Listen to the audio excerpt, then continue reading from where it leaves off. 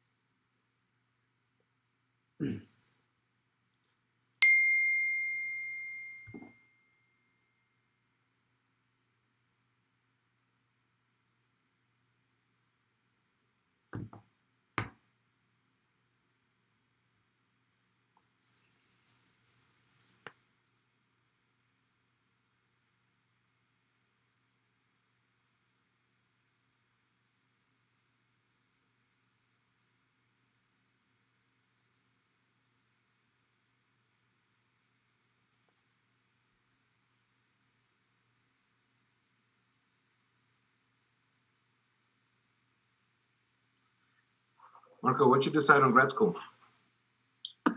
Oh man.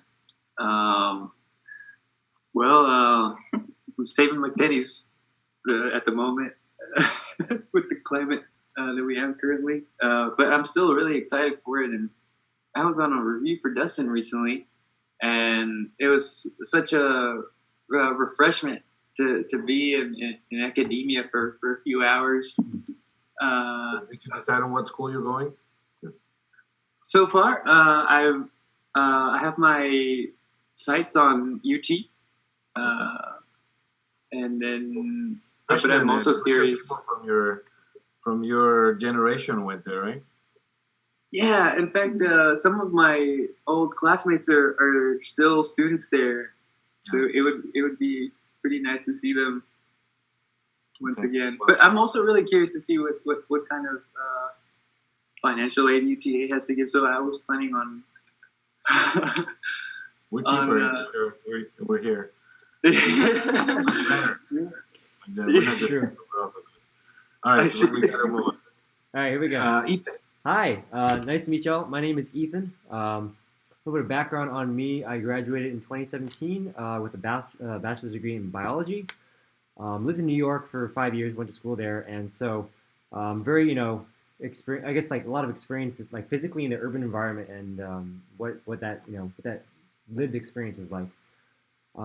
Worked in 2 years in healthcare consulting and started school earlier this year. So I wanted to introduce my project as the Museum of the Invisible. And so, as you all know, it's a museum of labor, right? And so, when I was thinking about labor and its essential role, especially in today's climate, and this nature of its existence, a sort of visible, invisible.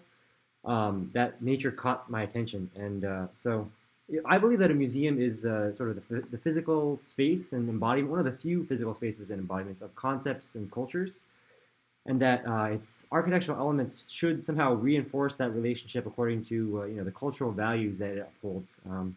And so, in this case, for me, the values that really struck me were respect and clarity to somewhat. And so these values, that's what I use to inform my decisions in creating a space for this visible invisible. So first, as you know, it's sited on Marine Creek, and so we've been kind of showing this, um, sort of a vignette, right, of like just this stockyards area of the creek. But the creek is actually a very long body of water. It goes all the way up from man-made Marine Creek Lake up in the north, and it runs down to the Trinity River over here. And when I was doing the site visit, what I found very interesting was that there's actually a bike path that connects the whole thing all the way through. You guys have great trails in Fort Worth, much better than Dallas. And I was thinking about how this really could be something that is more valuable than, say, the Katy Trail in terms of usage and how people can experience that space. And so I wanted to focus on that in my project. And so first, a respect for nature. So the museum, the site is one of the few buildings in the stockyards to take account of the creek, Marine Creek, which played a vital role in waste disposal and hydration of the stockyards, and is in of itself sort of a visible invisible. The forces that shape that creek, the sort of morphology, I think they call it like a fluvial geomorphology, struck me as a prime logic for the architecture of the museum. And so, reading some articles by geologists, I learned about a very interesting process, a sort of natural stair called the riffle pool sequence. Usually when we look at bodies of water that flow, we kind of think of this diagram here, the second one down, where it's just kind of this planimetric flowing body of water going from point A to point B. But actually what's really interesting to me is that it's a 3D body of, like anything else in the world, it's 3D. And so underneath the surface, there's this sort of natural stair occurring where there are these depositions of large stones and pebbles that form obstacles, causing the water in the creek to move in a different rhythm, to move faster, slower, and to really change the way that the water behaves. And so you can see that here in section B. It's kind of what you would expect of a creek. And then with a riffle, you actually get these depositions of stones which cause the water to flow more on the sides of anything than actually through the middle. Not something you would expect. And so that, in and of itself is a visible invisible. And that really ties well into what I'm thinking of as the sort of central space of this museum. It really ties well into the sort of a man-made precedence of the auditorium space, in which the center is, right, this sort of obstacle where people are resting. They come to rest and to watch, and on the sides you have this flow, right? This is all the transit space. Clarify that that's not your drawing. That's not my drawing. Yeah, this is not my drawing. This is a reference. Sorry. Wanted to point that out. It's a really nice drawing. And so, using those logic, I wanted to basically align the museum to the creek in order to respect the creek and really, treat that as the main front facade of the museum, considering that bike path as the main way that I desire people to come to the museum, as well as the many people who arrive by it. I embedded it into the landscape here in order to respect the nature and the natural beauty of the site, so that the museum becomes not so much a dominating force over the natural environment as with most buildings, but an extension and enhancement of the conditions that are already present. It also reflects the visible and invisible, the concepts behind the museum. From the street and even from the top of the stairs, the museum is completely invisible. It has zero impact, and only once you've actually begun to descend the stairs do you realize you're actually already inside the building, that this is sort of emerging out of the ground. I then eroded the building using the logic of the riffle, creating obstacles here that you can see in a better drawing a little bit after, that encourage rest in passageways that naturally flow. So here's that axonometric drawing, and I'm not sure why it's... Oh, there we go. It was a little pixelated for me. Here's that axonometric drawing, and so you can see better here that stair and how it really sort of integrates into the natural environment there. basically just creating a flow that people would automatically go down. Um, that tree, the initial idea, there's actually a tree that's already there. The initial idea was simply to just leave that in sight, build a radius around the root ball and let it be. That would be the natural canopy for the building. But Dennis and I discussed that it might be a bit too small considering the size of the tree, so it would probably have to be a planting. Remember not to blame me for any of your. It's true. Sorry. Yeah, I gotta not point that out. I don't want credit or blame. It's not. It's more constructive advice. I'm just kidding. All right. Obviously this building doesn't really take into account the urban environment, and that's a big focus in this. One of the few urban moments we have in Fort Worth, and so I wanted to sort of draw, use those concepts to draw the people in a way that was somehow eye-catching. And so what I have here is actually there's this sort of facade here that is open behind it, and then you proceed through this sort of narrow courtyard space with seating into the museum. So it's a draw that brings you in, and that doesn't say, oh, I'm entering the museum, but all of a sudden you're within this space and you've made a decision without realizing you've made a decision. So you can see, the plan. You can't really tell there's a building here, and I really enjoy that. I'm very much into the idea of creating buildings that you can't see, just because. Here's the interior plan of the museum. So over here would be the museum entry, and this would be sort of again a flow. We would, in a creek sort of morphology, you would call this an eddy, right? Where you enter in through one part and then you kind of turn around, you change your velocity by changing the angle of your flow. And so this would be all of the gallery space back here. And over here would be the exit. Would be the gift shop space. And so you just obviously exit in one continuous flow. This is the restaurant. Under here is a kitchen underneath the stair, using that sort of servant space that the stair provides. And so obviously it might be a bit hard to, I guess, demarcate the fronts in such a case because you're entering from behind the building in a sense. But what I've done is I've extended these overhangs in order to demarcate the front of those establishments. We have next. This is a section of that alley. And so you can see here the sort of gradual descent. And so it is ADA friendly. This dashed line shows you that the slope actually is a continuous slope back here. And then here these stairs are sort of platforms that provide moments of gathering and rest. And ideally, sort of an eye viewcon of like people from the street would be able to see that people are sitting in there, that there's something going on back there. Maybe I want to go and see what's happening. And you get here a bit of a glimpse of what I'm doing on the inside of the building. A big problem with underground buildings is the lack of light. It feels like being in a cave. It's not very enjoyable. And so what I've done is I've used those obstacles, those seats in the stair auditorium space as light monitors. So I've opened them up. They go into the inside, and they provide this really nice diffuse light that lights up that gallery space without making it too harsh. And so those boxes, you can see them here. They are really, they form sort of.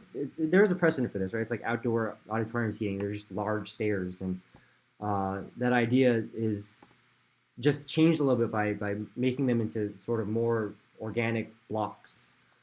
And so what I've done with those light wells is I included it in the gallery space as well as the kitchen space. And so what I really like, this is my favorite part about this building, is that the servant spaces are, their kitchen. The building itself is made by labor, right? Like you have to have people to work in the building to make it happen. So how do you showcase that in a building about labor? The kitchen itself has this, this window, this light monitor at kind of an eye level where you can sort of see inside the kitchen. People in the kitchen can see out, so that you have this visual contact of, hey, there are people working in there. They're doing the things that keep this thing running, And so that visible and invisible is something I don't know. I think it's really cool. Here's a section to that kitchen. You can see, here are these light wells right here. They're pretty big, and additionally, I actually what I was trying to show back here is that these windows they go from ground level to clerestory up here. So all the way back here you still get light from the sides of the stair, so to speak. Here there's also, this might be overkill, but there's a light well here around the edge of that tree. That tree is actually at the correct elevation. It's, I don't know, about like 3 feet below the start of the museum, and so I figured let me just include a little gap of glass there to bring some light in. Here's a rendering. I don't have Lumion, so here's what I got. This is just a shot from the bridge crossing the creek. It kind of shows you the scale of the space. It's not a huge auditorium space. I don't think that, I mean, obviously in Texas we like to think big, but I don't think that in this scale you would be able to fit something that gigantic without sort of disturbing the environment around it. And so it is a scale that I think is appropriate. Over here's the ADA ramp actually. Here's what provides the ADA access to the bottom of that stair, so that other people can enjoy that space. All people of all kinds. And so that this ramp is actually already here. I'm just adding this section up here. Yeah, and so I didn't want to make a canopy, so I figured that tree is the best situation. And so here's that folly you can see. This sort of street front facade that pays homage to the urban fabric and keeping that sidewalk line clear. And that's something I understand and very much understand the respect for and need for, and as someone who lived in New York for a long time. But it has this sort of like unexpected moment here where you look through this facade, you expect there's a building behind the facade, there's an interior space, but actually what's going on behind there is an exterior space, and you're like, what is I'm not used to seeing an exterior space behind a facade, and I don't know, that to me is enough to draw me in. That personally, to me, I would just walk into that and be like, this is what is going on back here. So yeah, that's what I got.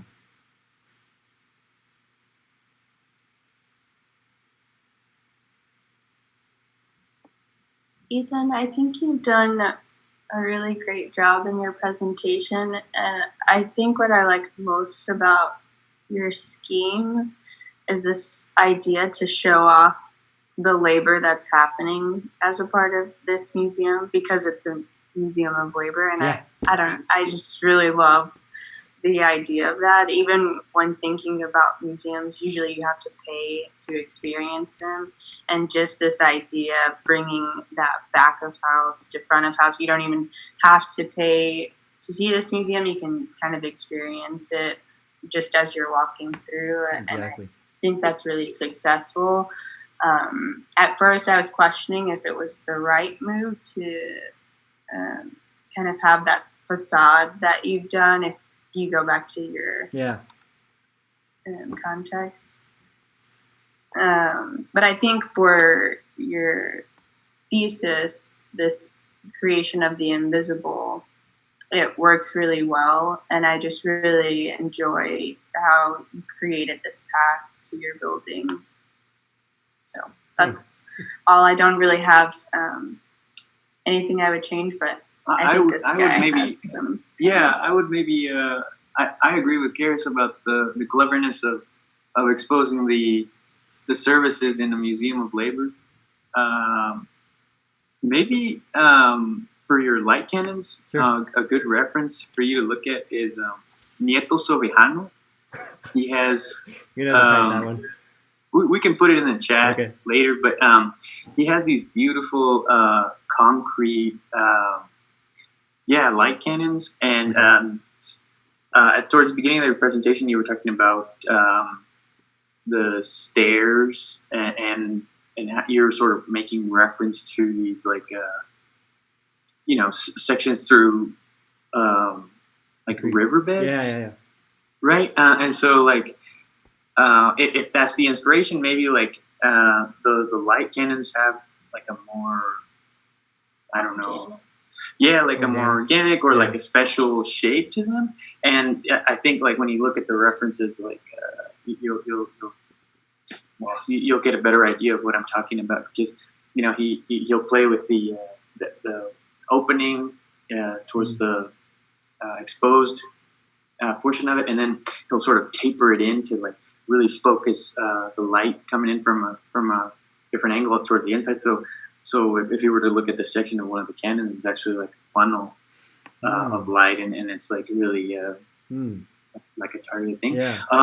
From if I can like continue to nitpick, Sure. also like kitchens usually have are like tied to a loading area, Yeah. and so like Yeah. that would it seems that your building doesn't really have a back to it, and so I wonder. Obviously, you're just getting started, but like I don't know, from like a Yeah, I know what you mean. Usually there's like a butt to the building, right? Like the service area that nobody sees, that all the waste goes out, all the food comes in. But yeah, can't really put it in the back. So yeah, maybe that's getting too detailed. But maybe some of the thing. And the third thing that I noticed was the tree.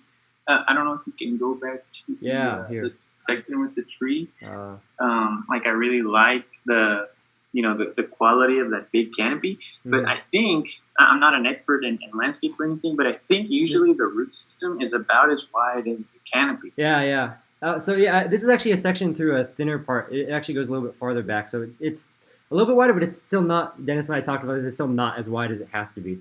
So yeah, that wasn't planned well. Yeah. But I think overall, like Dara said, like the idea is pretty on point. Like obviously, I'm just nitpicking here because it's a strong concept, but maybe some of those things will help you. No, for sure. I really appreciate that. I'll look that up. If you mind typing the name, I'd appreciate that. The light cannons guy. Yeah. Hi, Ethan. Hey, Edson. You mentioned you started off by saying that you like buildings that you don't really notice too much. In the sense, I'm assuming that you mean more like quiet buildings that kind of sit in the background a bit, which is nice because I think that's what your building does. It has these moments that you can discover about it, and so it's not jumping out at us, but it's something that we experience, and I can sense that and your energy and passion and how you've done your research and the details that you've played into this. I would say in every project that you do, push as many details as you can, particularly about this little canopy or the light slot that you do around the tree. I think that could be a nice moment. And those are things that we architects look for. That's not something that we would readily think about. But as we start drawing something, particularly in section, we think, well, what if we lower this some and we can create this slot? Yeah. Those are usually our best ideas, the ones that we discover in the project. And so I would encourage you to have confidence with those and keep pushing them as you can. The same thing, I think it's a clever idea about one, bringing light in through the steps, and then two, it amplifies the idea by being about the laborers. You could also, I was thinking when I was looking at that in section that it could also open up on the museum side. And so as you it's not just seen from the outside, but as you're circulating through the gallery, you could also see into it. Yeah. With it being a kitchen, it becomes a little bit more problematic with that, but the idea still stays the same. I was thinking about that too. Yeah. I would try to do that. I think I prefer it, to be honest, since it's a kitchen, I would prefer it only being visible from the outside. But if it had another program to that space, I think you could make the argument that the inside could also work as well. Now, the facade that you have at the street is setting one up there to having a space behind it, especially calling it the Museum of the Invisible, is very intriguing. It has a nice poetry to it. But for me, I'm not convinced at all with the way that you've articulated the facade, particularly with the top part, the little sort of two-dimensional cupola. I wouldn't have done something that picks up on a motif of what's existing. You're already, that's sometimes I'll contradict myself on this because it's a contextual building and it's a facade that's trying to pick up on what's happening around. But I think you could take this idea and interpret it with a modern solution. I don't quite have the solution for you, but I wouldn't have picked up on the motif that's there. I think that's the obvious solution. And it can be done and we all get it and all of this. But taking that and pushing it a bit further and making it something that's unique that we wouldn't have thought of will really capitalize on that, particularly with the Museum of the Invisible. It reminds me of the facade, and it's in Europe, I'm not sure, maybe it's in Denmark, the Prada store, which uses glass brick for the whole facade. Yeah, And so they definitely. transition it. So it's a glass brick into something that's solid. And so it makes me think of maybe it's a material question where you could mimic the masonry that's there, but you interpret it differently. And still this whole, I mean, I don't think it should be a glass brick facade and then the Museum of the Invisible, but that maybe it could be it. I mean, I think that interprets it and uses some of the material that's existing. And I also like the idea of how you're looking through this and you see the tree in the background. It gives us a focal point of something to look at and then carry through. It's not just simply void, but you've put things back there for us to see that pulls us into it. My criticism for your architecture would be your plan layout. While I quite like the stair dropping down and it becomes this U-shaped building, I think you've stuck with this rotation of a box, and that's it. You put this box, you slid it into the ground, and you never changed it. You never came back to revise it. Yeah. There's nothing necessarily wrong with it, but I'd like to see how that geometry seems too simple for the space. And I would say, based off of the poetry of some of your ideas, it also seems rather plopped onto the site. Like, this was my idea, I'm setting it here, and then it's against the, and I see the relationships with the ramp and all of that. But it doesn't quite, to me, look like the plan of it is organized with transitioning down from one level to the creek. And maybe it splays off a bit more. I mean, that view coming from Main Street out doesn't really seem to be acknowledged much. You would also show the tree on here, even so. Yeah, it's in there. It's very light. You can't really see it. I would like to see some relationship about how it ties into the landscape. Of not so much, it could still be right angles, but I think there needs to be some sort of adjustment to the plan to it. It seems too rigid for the poetry of all the ideas that's going on with it. And with a 4-week project, I'm really impressed with the depth of the ideas that went into it. And so I think you're at a really good spot. I always sort of default to when I see a tree in section and you have this sort of box that's supposedly housing the roots, then maybe that could also be something to show off the roots. That could be like an acrylic box, which you have the dirt and the roots that are pushing up against this thing. You almost look like a tree coffin for the roots. But you start to examine, or you start to see it differently because of where you're sitting, because you're pulling the section underground. I'm not sure in terms of how practical that is, but with theoretical projects like this, I think it would be another nice moment that you could think about when doing this. It's a really successful project. Congratulations. Appreciate it. Thanks. All right. I know that we're probably running short on time, so I'll keep my comments short. I agree with everything that Dustin and Kara said. I think this is a very successful project. You know, it's a very bold project in the sense that you're essentially creating a structure that is buried beneath the ground. And I think it can be very successful, but you need to be careful about, you know, what you're portraying, because when you showed that image on the Exchange Avenue, kind of looking at that facade that you created, and it's at the Museum of the Invisible, that's a pretty strong and bold statement to make. And what I've learned in hearing about your presentations about, you know, a lot of the culture that has kind of become forgotten, and even the creek behind it that a lot of people don't even know about. I mean, to create something that is, you know, a museum that is buried underground essentially, with gallery spaces, you know, it can be very successful, but it's you know, it's a very deliberate and very precise kind of act that you're doing in creating this. So I personally would like to have seen something that would have been visible above the ground, or be more tactile in that sense, rather than putting it underground. That's just my personal opinion, but I think the way you went about it, you know, and integrated it, you know, is quite successful, especially with the steps leading down to the creek there. But I'm just concerned about, you know, what that gallery space is really going to feel like, and how much natural daylight you're going to get in there. And I would hate for that space to become a little bit of an unpleasant space to be in, perhaps because you just feel like you're stuck on the ground in an artificially lit gallery. So that's just my comment. I agree. No, that was one of my biggest concerns, for sure. Just to wrap up, you know, for me the folly is still a little too pomo. It's not that it needs to be modern or postmodern. You decided postmodern, and but that it needs to maybe be a more poetic interpretation of what you're doing. I think, and what the way you spoke about it, about the project, I think would have been better materialized on that facade. Yeah, it's the face of it. So. I also think the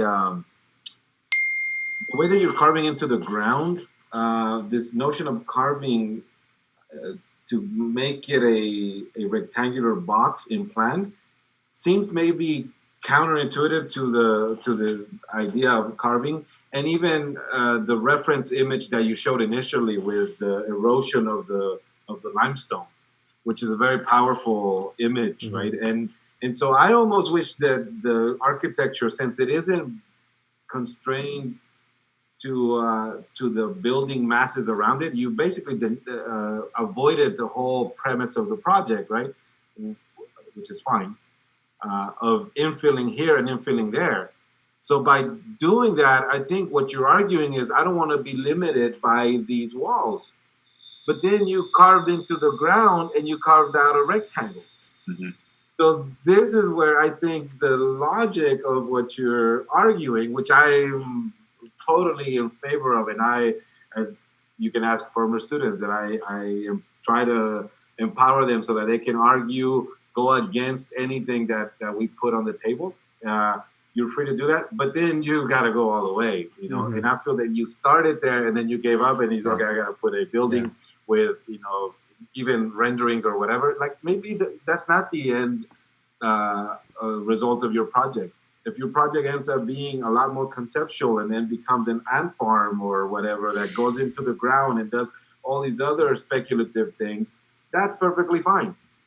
But you got to hold your ground. Again, you're making a radical, and you're not the only one. There's at least two more projects that actually, one of them avoids one of the infill conditions, the other one both, and argue the same sort of idea in a different way. But yours is probably the one that initially was the boldest in that it's talking about erosion and how water and wind erode something as hard and heavy as a stone, right? I think that's a powerful statement. And then architecturally and contextually, it manifests itself there where you say, no, that's not the problem here. It's not about infilling this two alleys.